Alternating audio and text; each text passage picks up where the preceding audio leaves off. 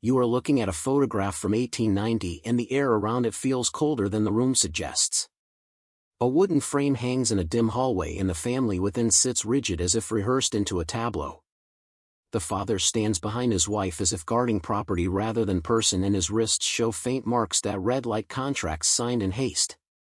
The children smile with practiced obedience, yet their eyes betray fear, and the youngest glances away as if listening for a voice that is not there.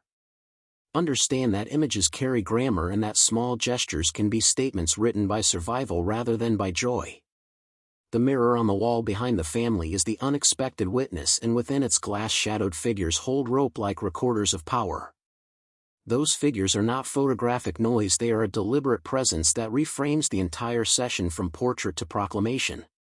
This photograph appears to have been taken quickly under duress, a rare technical quality used to immobilize a family into a message for others. Power-like demonstration, it preserves terror in objects and circulates proof to enforce obedience beyond the moment. Companies and creditors used visible violence as a public accounting, and professionals were enlisted to document rather than to intervene. The Whitmore house becomes a model of extraction where debt leads to isolation and isolation becomes the condition for erasure. Neighbors are taught to translate unease into polite silence, and institutions codify that silence into records that read like absolution. A diary found in the basement is not a sentimental relic but a ledger of fear written in trembling hand and bearing the date of capture. Margaret's last entries name carriages and threats and the day they dressed for a photograph and were told to smile for audiences they would never face again. The message scratched into the mirror frame with trembling nails reads "Help us," and that act of desperate communication turns a decorative object into testimony. Modern analysis reveals the figures in the reflection and the subtle differences in grain where the camera was aimed like a weapon rather than an artist's eye. Understand the anatomy of concealment, how language reframes violence into misfortune, and how official files disinfect stories to protect reputation. Our task is to counter that anatomy by treating objects as evidence, by building redundancy, and by refusing the ease of tidy narratives. You must learn to collect context, to timestamp marginalia, to photograph inscriptions, and to preserve provenance so that erasure becomes costly. This is not sentimental work, it is tactical vigilance that transforms curiosity into accountability and that converts fragments into a public ledger.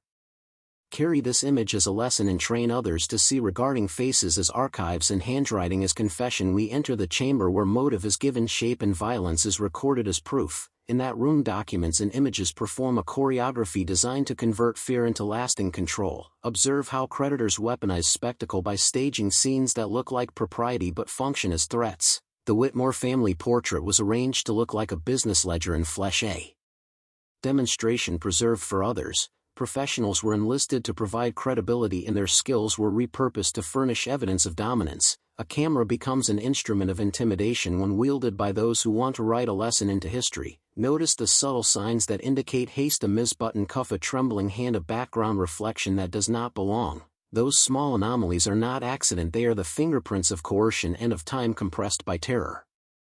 Power cultivates silence through social grammar. Neighbors whisper and file clerks classify disappearance as misfortune. Institutions then collapse narrative into neutral categories, and in doing so they shield perpetrators behind polite language. Read between the lines and you will see how the law of reputation protects lenders and delegitimizes the vulnerable. Ruthless actors convert social norms into tools of compliance, offering no recourse to the families they ruin. To fight this pattern, you must learn forensic reading, speak the language of marginalia and of contextual cross-referencing. Collecting redundancy is tactical: hide copies in trunks, annotate photographs and secure diaries with witness statements and timestamps. Make artifacts difficult to erase and create distributed records so that a single file cannot rewrite a life. Train networks of custodians who know provenance and chain of custody and who will insist on independent verification. Accountability is not a single act.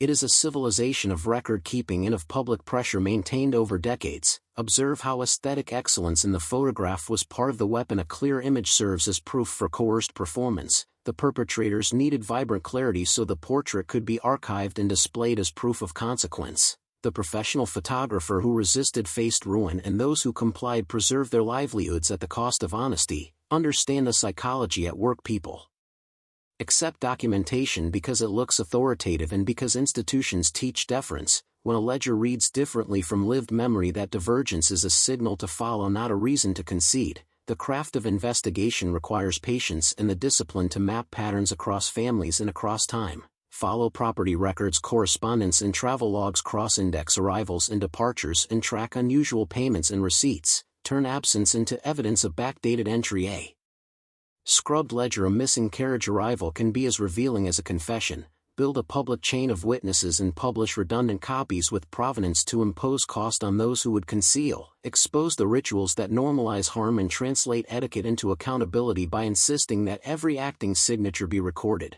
Make erasure expensive and make forgetting a choice rather than the default outcome by teaching communities to archive aggressively. This is how power is contested, not by rage but by methodical preservation and by the relentless application of public attention. Learn these moves and you become an architect of memory, someone who turns private traces into irreversible public truth. We move into the ledger room, where motive is translated into paper and where cruelty disguises itself as routine. This is the place where handwriting becomes verdict and signatures are the seals that bind life to ledger accounts. Notice how the criminal enterprise uses formality as camouflage, how foreclosure and indebtedness are staged like a legal ritual so that violence reads like governance. In that room, the camera serves as both instrument and inventory. The photographer becomes a scribe recording compliance while the patrons of power stand just out of frame. The mirror reflection in the Whitmore portrait is a document in itself. Its shadows are testimony, and the faint scratches in its would form a ciphertext of desperation left by human hands. Forensic imaging reveals grain differences and micro scratches. Those are the fingerprints of haste and coercion. They tell us which direction the camera was pointed and which side of the law was operating with impunity. Understand that evidence is spatial. It lives in geometry and in texture. A rope burn on a wrist is as legible as a backdated ledger entry when you know how to read the body of a case. This chamber teaches a craft, the craft of reading traces where institutions refuse to look. Start with the photograph, then expand outward to receipts, ledger marginalia and property transfers that suddenly look suspect when placed in sequence. Trace carriage records and hotel ledgers. Cross-reference photographers' appointment books with creditor correspondence. Follow the sequence of arrivals at the mansion like a timeline of predation. When a professional is coerced, their work bears marks of reluctance. Look for anomalies in framing, unexpected focus on specific objects, or an insistence on clarity that serves intimidation, not art. This is how organized extraction makes itself durable, by embedding proof in artifacts that can be shown to others as demonstration and by recruiting local credibility to mask crime. To dismantle that durability, you must convert artifacts into networks, photograph every item with provenance notes, create redundant digital copies and separate archives, record oral testimony with timestamps and witnesses in different towns. Chain of custody is not a legal nicety, it is a weapon against revisionism. If you can prove where an object was and who handled it, you prevent later actors from smoothing history into convenient amnesia. Teach custodians to laud details that bureaucracies ignore, the smell of a book, the tear on a sleeve, the pattern of mud on a boot. These are data points that become corroboration when stitched together. Institutional manipulation thrives on single-file narratives. Fragmentation is its ally. Build connective tissue across fragments and you make erasure expensive and reputationally risky for those who would hide culpability. This chamber demands discipline and ruthlessness in record keeping. The work is slow, methodical and precise, but it unravels the choreography of concealment and exposes the accounting behind violence. When you master this method, you do not merely reveal a crime, you change the conditions that allowed the crime to persist. You convert private traces into public leverage and you make power accountable to the truth. This is the pivot where witness becomes oath and observation turns into obligation. Listen closely, because action now decides whether artifacts become evidence or return to the archive of polite forgetting. You have learned to read faces as documents and to treat marginalia as testimony. Now convert that skill into disciplined strategy. A photograph alone is vulnerable when it sits quiet in a drawer. Redundancy makes it durable and public pressure makes it costly for institutions to erase. Build overlapping records in many places so that a single file cannot be rewritten by those who profit from concealment. Create mirrored copies in university archives, local historical societies, and secure cloud repositories with precise provenance notes. Every upload must include exact dates, locations, and chain of custody statements so future actors cannot recast the context as casual error. But digital redundancy is only one vector. Physical custody matters too, so entrust originals to institutions with independent governance and public access policies. Form small cells of guardians who will coordinate simultaneous disclosures and legal notice to prevent staggered suppression. When a dossier goes live at multiple nodes, it becomes legally visible and reputationally costly to erase. Now act in public and in private. Comment shadow 2 light twice as a visible marker and as a practice of disciplined repetition. Type shadow 2 light now and then type shadow 2 light again to bind your attention and to teach the platform that witness must be amplified. This ritual of repetition is tactical, not superstitious. It creates immediate duplication that platforms register and distributes, which raises the odds that records survive. Beyond that ritual, deploy targeted pressure on institutions, demand independent forensic audits and statutory transparency measures that cannot be reshaped by the same actors who are under scrutiny. Insist on external oversight with subpoena power and on publication protocols that mandate open ledgers for provenance. Use legal notices to create public timestamps and to force custody chains into the record. Teach families to preserve items with metadata and to record oral testimony with witnesses and dated affidavits. Every disciplinary move is meant to increase the cost of silence so that concealment becomes a losing strategy for those with vested interests. This transformation converts curiosity into durable civic force, and it marks you as a guardian of witness who will no longer accept tidy erasures of inconvenient truth. Document everything. Secure duplicates. Add timestamps. We enter the attic chamber where artifacts refuse to be silenced and the material world begins to argue back. A trunk of letters is not relic but strategy, each folded page an act of survival and each annotation a timestamp meant to resist erasure. Learn this craft past in whispers because the work requires patience, ritual and ruthless attention to detail. Margaret wrote in trembling hand, and her marginalia points like a compass to events records tried to smooth away. Notice dates circled, overwritten, tiny cross-references forming a lattice of corroboration. The attic is a network node where private truth plugs into public memory. We must treat it as such. Physical objects carry signatures. Paperwork cannot replicate the tear on a sleeve, the scent of oil on a toy, and adhesive residue on a mirror frame. These signatures are evidence when tracked, compared, and correlated across sources. Preservation is not sentiment, it is tactic. Dry boxes, acid-free paper, photographic sleeves, and redundant custody protocols make testimony durable. When you find letters, photograph them with scale lighting and metadata. Include witness notes about storage and handling to create provenance that resists later smoothing. Teach families to preserve as default to deny future actors the ease of erasure. A diary read aloud at a public meeting converts marginalia into pressure that paperwork rarely achieves. Curators or gatekeepers choose allies who understand politics of display. An exhibit that frames a portrait as evidence forces consequences. Plan exhibits so context accompanies image and provenance is visible at a glance with dates, custody logs and cross-references. Digital duplication alone is insufficient without controlled provenance. Maintain physical replicas in secure vaults and mirrored digital copies with time-stamped hashes. Train guardians in simple protocols, perform simultaneous disclosures and coordinate legal notices to create public timestamps that block staggered suppression. Create nodes in libraries, historical societies and universities so custody is distributed and corruption must penetrate many points to succeed.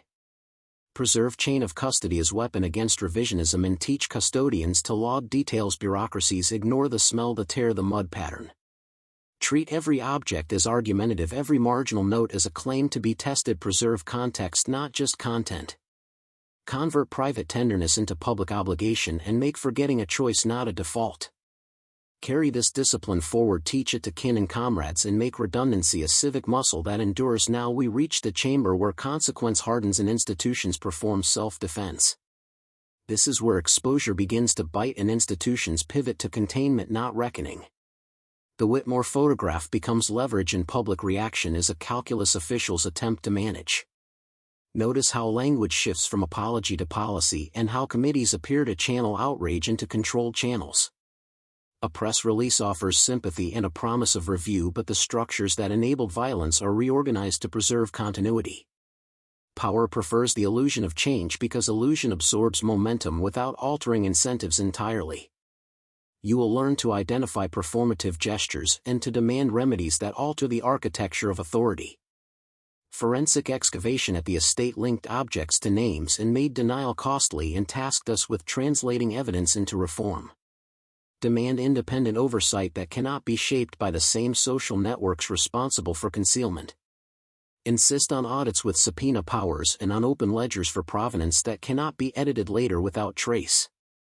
Create legal timestamps and coordinate simultaneous disclosures across archives so suppression is harder than disclosure. This phase requires discipline and strategy, not outrage alone. Train teams to preserve chain of custody to document transfers and to publish verified metadata alongside images in diaries.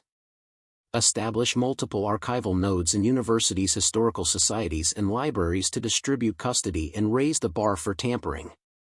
Encourage legislation that mandates provenance reporting for artifacts recovered in investigations and criminalizes deliberate destruction of evidence. The goal is structural change because symbolic apologies cannot replace incentives that protect property and reputation over human life. When descendants organize, scrutiny becomes a civic technology that channels grief into lasting constraint on power. Convert moral outrage into institutional leverage by building networks of documentation pressure and public education. Teach communities to hold redundant records and to refuse offers that privatize memory into curations that comfort the powerful. The reinterment of the victims and the public exhibition of evidence were tactical moves that made acknowledgement inevitable. They created memory nodes that could not be erased by a single archive or a sympathetic official. This is how durable accountability is engineered through redundancy, dispersion, and legal design. Adopt these methods and train a new generation of guardians who will insist that artifacts remain in public view with verifiable provenance. When you master this craft, you become a corrective to systems that manufacture forgetting. This final chamber asks you to become the discipline that outlives memory and to turn witnessing into a way of life. What you have learned is not a story to retell casually, but a set of practices to harden into routine and transmit across kin and comrades. Culture trains consent through small repeated acts, and those acts pile into a scaffold that protects predation. The work is to re-engineer habit into scrutiny and to make vigilance ordinary rather than heroic. Teach children to archive as instinct, train siblings to photograph with provenance and to record dates and witness names as if they were prayers. Make specificity a social norm so that euphemism cannot hide violence. Ritualize disclosure, rehearse naming in public, practice reading marginalia aloud in group settings so solitude is not the only audience for truth. Repetition converts private recollection into public ledger and makes forgery costly. Institutional habits must be redesigned. Demand audit protocols with independent subpoena power and require provenance ledgers that are tamper-evident. Insist that museums and libraries publish chain of custody alongside exhibits so context travels with image. Build redundancy into networks of custody. Place duplicates in regional archives, university repositories, and secure community vaults so that erasure requires penetrating many nodes instead of a single sympathetic gatekeeper. Convert grief into civic technology by creating guardianship cells that coordinate simultaneous disclosures, file legal notices, and publish timestamped copies to prevent staggered suppression and to maximize the likelihood that evidence survives political cycles. Practice the mundane arts of preservation. Acid-free sleeves, careful handling, consistent metadata, and time-stamped oral histories with witnesses present. Small disciplined acts accumulate into cultural infrastructure that protects truth across generations. Understand the arithmetic of leverage. Small procedural changes multiplied across institutions create constraints that outpace solo litigation. Change incentives by altering reputational cost and making concealment a losing business model for those who profit from silence. Train networks to detect patterns, not anomalies. Cross-index family diaries, court ledgers, property transfers, and photographer logs. Create searchable maps of relational connections so that a single photograph becomes an entry point to structural exposure. Make museums sites of accountability rather than comfort. Design exhibits that present provenance, custody statements, and concurrent evidence rather than leaving artifacts isolated behind glass. Force institutions to answer to a public record rather than to reputational script.